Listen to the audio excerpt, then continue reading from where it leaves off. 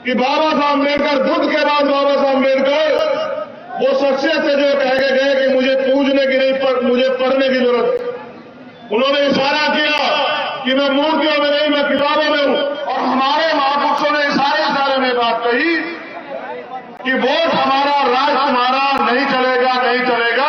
आज हालत यह है कि बेरोजगारी बढ़ रही है, आज हालत यह है कि महंगाई बढ़ रही है, आज हालत यह है कि डॉलर के मुकाबले रुपया कमजोर पड़ रहा है, आज हालत यह है कि अन्याय अत्याचार होता है तो रिपोर्ट लिखवाने के लिए थानों के बाहर धरने देने पड़ते हैं।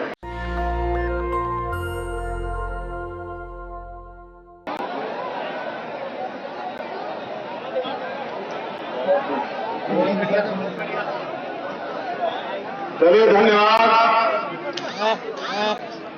सबसे पहले तो मैं बिलारी और मुरादाबाद की जनता का धन्यवाद करता हूं। यहां पहुंचे हर एक उस शख्स का, हमारी बहनों का, माओं का, बुजुर्गों का, नौजवानों का, युवा साथियों का, जिन लोगों ने अपना तन मन धन लगा के इतना अच्छा ऐतिहासिक प्रोग्राम जो है बिलारी की धरती पे कराया, उनके साथ साथ यहां जो आयोजक कमेटी है, सिकंदर बोध जी, कपिल आजाद जी, विनीत कुमार जी, विजय कुमार पुष्कर जी, प्रभात सिंघम जी और राम निवास जी, और इनके साथ जितने भी भीम आर्मी आजाद समाज पार्टी के समर्पित कार्यकर्ता जिन्होंने मेहनत की है, मैं उनका भी धन्यवाद करता हूं। जब मैं घर से चला था तो मैं सोच रहा था कि मौसम इतना बिगड़ा हुआ है, ऐसा ना हो मुरादाबाद के लोग घर वापस चले जाएं।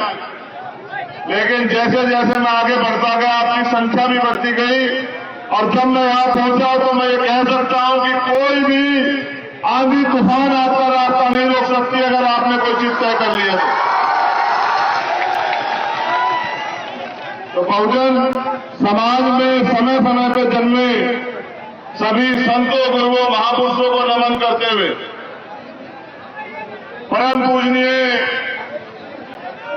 महामानव तथागत बुद्ध संत शिरोमणि सद्गुरु रविदास जी महाराज, भगवान वाल्मीकि महाराज, गुरु नानक देव, संत कबीर और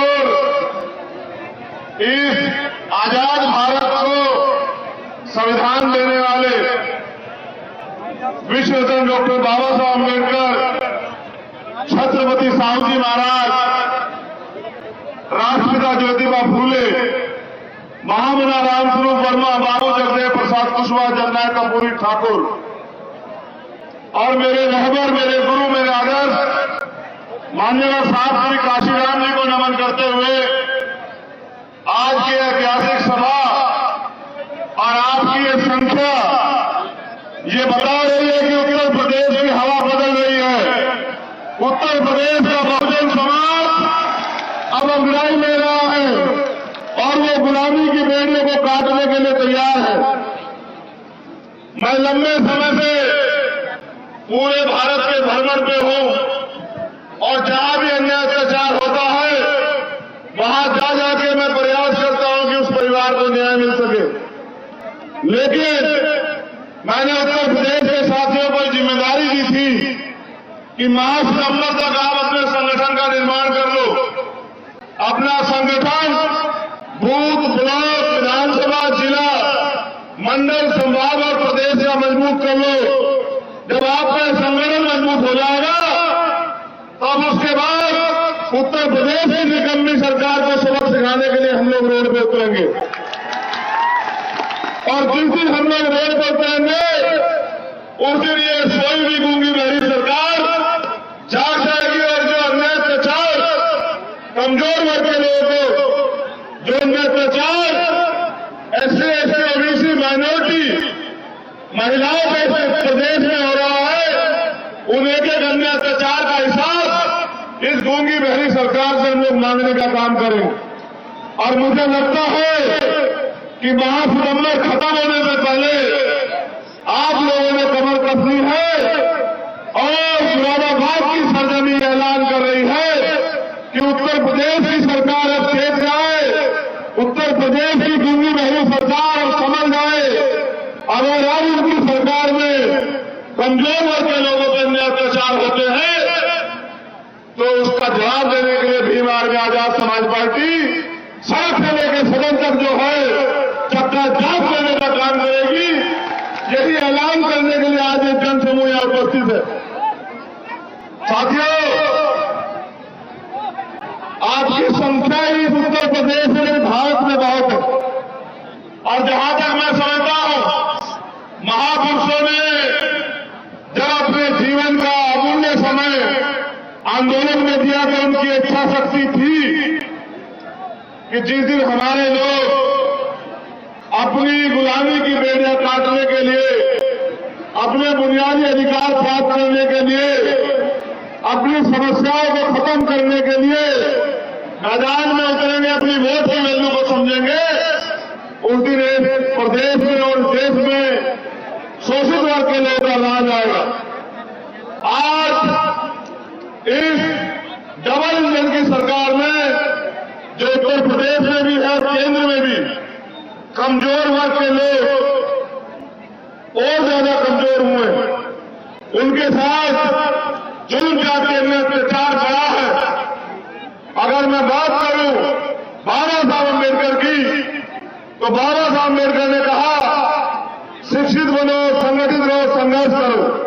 मैं अपने नौजवान साथियों से अपील करूंगा कि वो मेरी इस बात पर गौर करें। हम लोग शिक्षित भी हुए, संगठित भी हुए, लेकिन हमें संघर्ष इसलिए करना था। जब बाबा साहब अम्बेडकर ने कहा कि संघर्ष करो, तो उनका इशारा यह था कि सत्ता के लिए संघर्ष करो, इस देश की राज व्यवस्था पर काबिज होने के लिए संघर्ष करो। उनका इशारा यह था कि पॉलिटिक्स के मास्टर की राजनीतिक सत्ता की चाबी अपने हाथ में लेने के लिए संघर्ष करो। और हम लोग संघर्ष करते हैं रोटी कपड़ा मकान के लिए। मैं मानता हूं जिनकी सरकार होती है उनके समुदाय को रोटी कपड़ा मकान की लड़ाई कभी नहीं लड़नी पड़ती। बाबा साहब अम्बेडकर स्पष्ट इशारा करके गए कि राजनीति में भागीदारी न करने का सबसे बड़ा नुकसान ये है कि अयोग्य लोग आपके ऊपर शासन करते हैं। उन्होंने ये भी कहा कि अन्याय करने वाले से अन्याय सहने वाला ज्यादा दोषी होता है। मैं ये मानता हूं कि हमने अपने महापुरुषों को पढ़ा तो है, लेकिन उनको उनके आदर्शों पर चलने का कार्य जो है लंबे समय से हम लोग रोके हुए। अब हम पिछले कुछ साल से अपने महापुरुषों को पूज रहे हैं। हम अपने महापुरुषों की स्टैचू लगाते हैं, उनके ऊपर माल्यार्पण करते हैं, उनके पैर छूते हैं और पैर छू के उनके आगे ये बात कहते हैं कि बाबा साहब हमारी जिंदगी में बदलाव कर देना, हमारी जिंदगी में अच्छे दिन ला देना। मगर मैं समझता हूं कि बाबा साहब अम्बेडकर, बुद्ध के बाद बाबा साहब अम्बेडकर वो शख्सियत है जो कह के गए कि मुझे पूजने की नहीं पर मुझे पढ़ने की जरूरत है। उन्होंने इशारा किया कि मैं मूर्तियों में नहीं, मैं किताबों में हूं। आपको किताबों को पढ़ना चाहिए और इस देश की राज सत्ता कैसे लेना, कैसे हासिल करना है, इसको सोचना चाहिए। लेकिन पिछले कुछ समय से हम लोग कमजोर हुए और जब हम लोग कमजोर हुए तो हमारी सबसे बड़ी जिम्मेदारी ये बैठती है कि अपनी कमजोरी को दूर करें। पिछले कुछ समय से हम लोग राजनीतिक व्यवस्था में भी कमजोर हुए, तो हमारी जिम्मेदारी सबसे पहले बैठती है कि उन कमजोरियों को ध्यान रखते हुए उन पर काम करते हम लोग ताकतवर बने। आज आप इतनी बड़ी संख्या में उपस्थित हैं, लेकिन उपस्थित होने से काम नहीं चलेगा। एक दिन अगर आप रैली या सभा करोगे तो आपके हाथ में सत्ता नहीं आएगी। जब आप 365 दिन सत्ता के लिए काम करोगे, मेहनत करोगे, तन मन धन से जुट जाओगे, तब जाके सत्ता आपके हाथ में आएगी। और जिस दिन सत्ता आपके हाथ में आएगी तब कोई आपके साथ अन्याय अत्याचार नहीं करेगा, तब कोई जो है आपकी जमीन नहीं दबाएगा, तब कोई जो है आपके अधिकारों के साथ छेड़छाड़ी नहीं करेगा। मैं कुछ घटनाओं की तरफ आपका ध्यान आकर्षित करूंगा। अब जाके आपने मुझे सुनने का मन बनाया। मैं जब देख रहा हूं तो मेरे चारों तरफ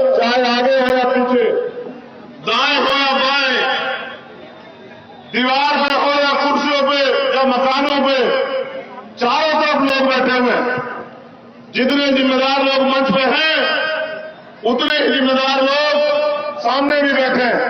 जो लोग मंच पे हैं वो बहुत जिम्मेदार है, लेकिन उनसे ज्यादा जिम्मेदार वो है जो पिछले 5-6 घंटे से अपनी कुर्सी नहीं छोड़ी, जिन्होंने अपनी कुर्सी को कब्जा के रखा।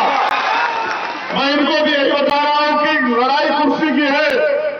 जिसके पास कुर्सी होगी उसका हाथ ऐसे होगा, और जिसके पास कुर्सी नहीं होगी उसका हाथ ऐसे होगा। आप ये तय करें मानसिक गुलामी को छोड़ के कि आपका हाथ ऐसे होना चाहिए इस देश में या ऐसे होना चाहिए।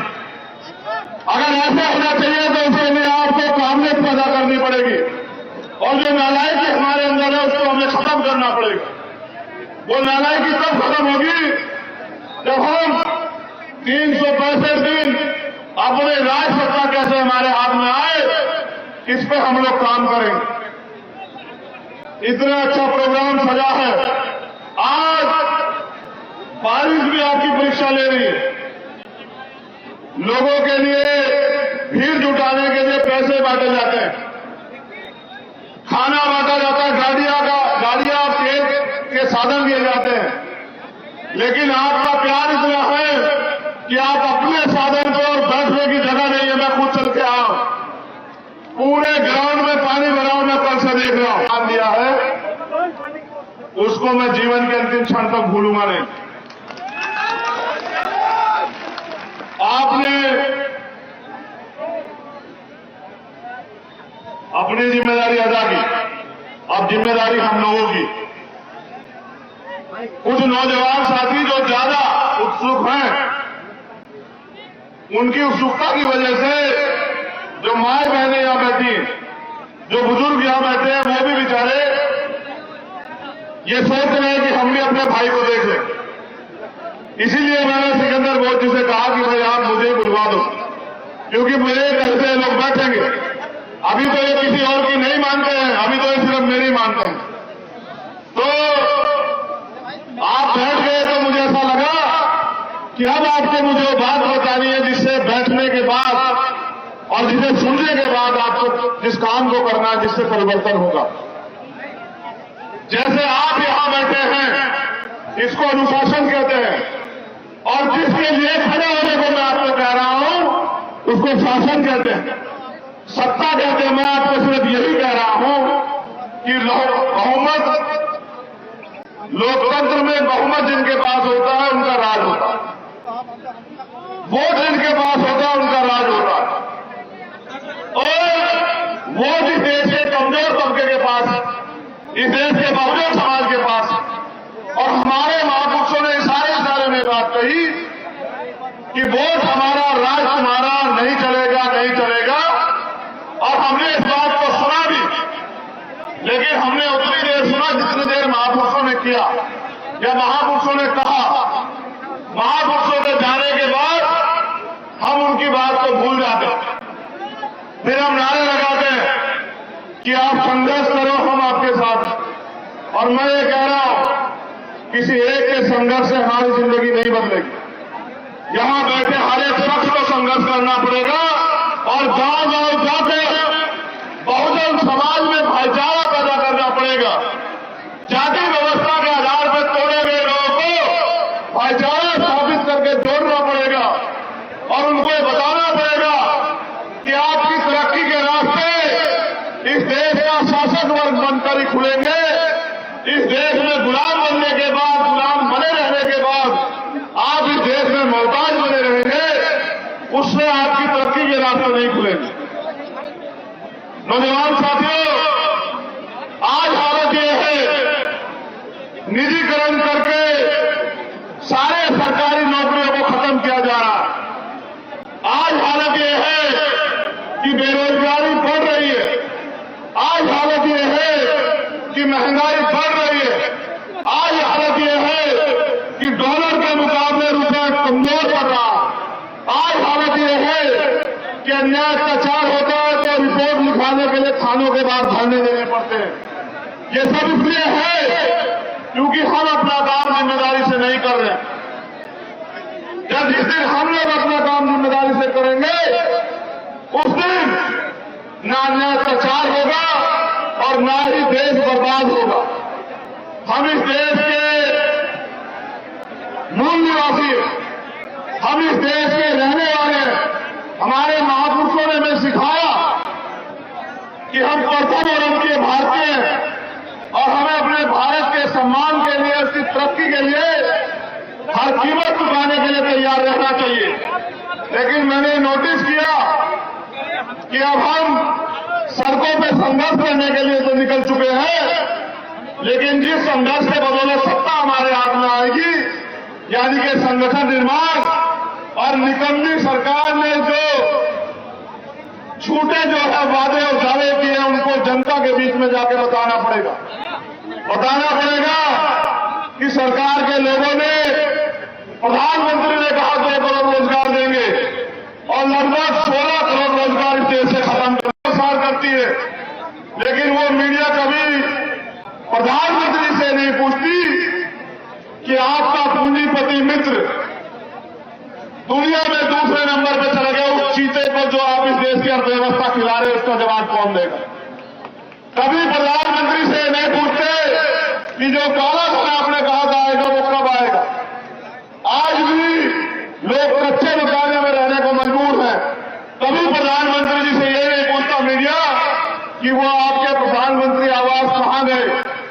कभी प्रधानमंत्री जी से ये नहीं पूछते आप जो मेक इन इंडिया की बात करते थे और आज इंडिया जो है बेरोजगारी में इतने बड़े नंबर पर जा रहा है, इसका जवाब कब दोगे। जब जिस देश का मीडिया विकास हो जाए, उस देश की जनता को विद्रोह कर देना चाहिए। ये लोकतंत्र है।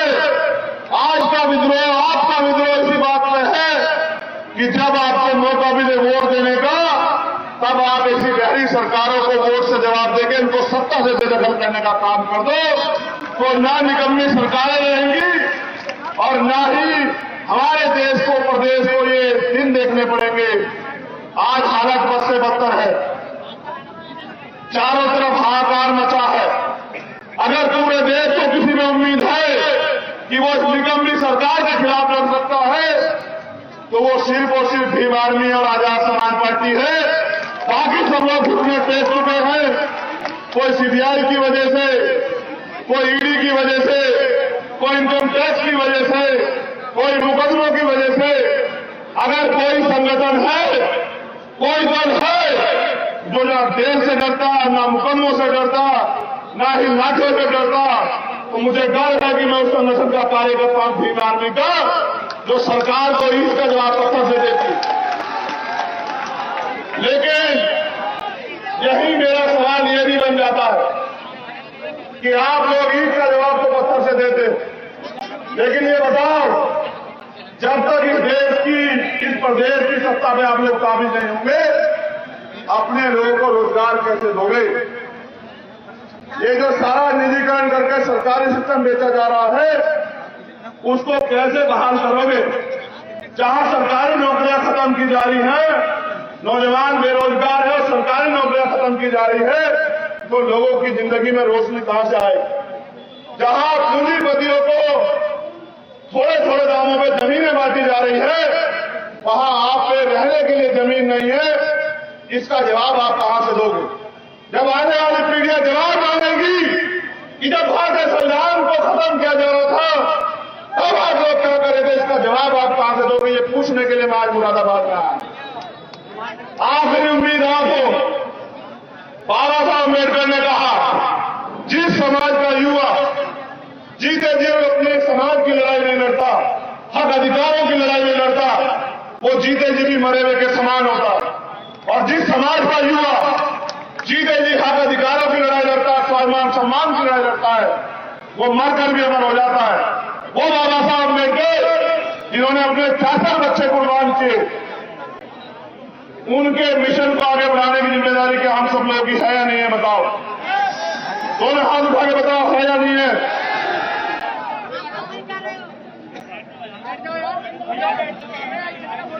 इस जोश को होश के साथ काम में लाओ। अगर जोश गलत दिशा में जाएगा तो परले आएगी, अगर सही दिशा में जाएगा तो सत्ता आएगी। और जब सत्ता आएगी, तभी आपके हाथ में वो ताकत होगी कि आप अपने लोगों के लिए काम कानून बना के अधिकार दिलाने का काम कर सकते हो। मैंने ये कहा अभी मध्य प्रदेश की धरती पे कि जिस समय हमें अवसर मिलेगा, जितना निजीकरण किया गया उन सारे विभागों को सबका सरकारीकरण करने का काम हम लोग करेंगे। और जितने पूंजी पितरी मित्रों को फ्री में जमीन अलॉट की गई है, वो सारी जमीन हम लोग गरीबों में बांटने का काम करेंगे, पट्टे बना बना के। जब मैंने घोषणा की, सरकार के लोग ये कह रहे थे मध्य प्रदेश के कि यहां तो बीजेपी की सरकार है, यहां तो चंद्रशेखर कामयाब नहीं हो पाएंगे। तो वहां की जनता ने इतनी बड़ी सभा करके जवाब दिया कि एक जिले से हम 4-5 लाख लोग इकट्ठे होकर ऐलान करते हैं कि मध्य प्रदेश में इस बार ना कांग्रेस ना बीजेपी, आजाद समाज पार्टी ताकतवर होगी। नेशनल दस्तक की आपसे गुजारिश है कि अगर इसको बचाना चाहते हैं तो नेशनल दस्तक को सब्सक्राइब करने के लिए रेड कलर के सब्सक्राइब बटन को दबाएं, फिर बेल आइकन की घंटी दबाएं। नेशनल दस्तक को बचाने के लिए बहुत जरूरी है कि हर खबर को शेयर करें, लाइक करें, कमेंट जरूर करें।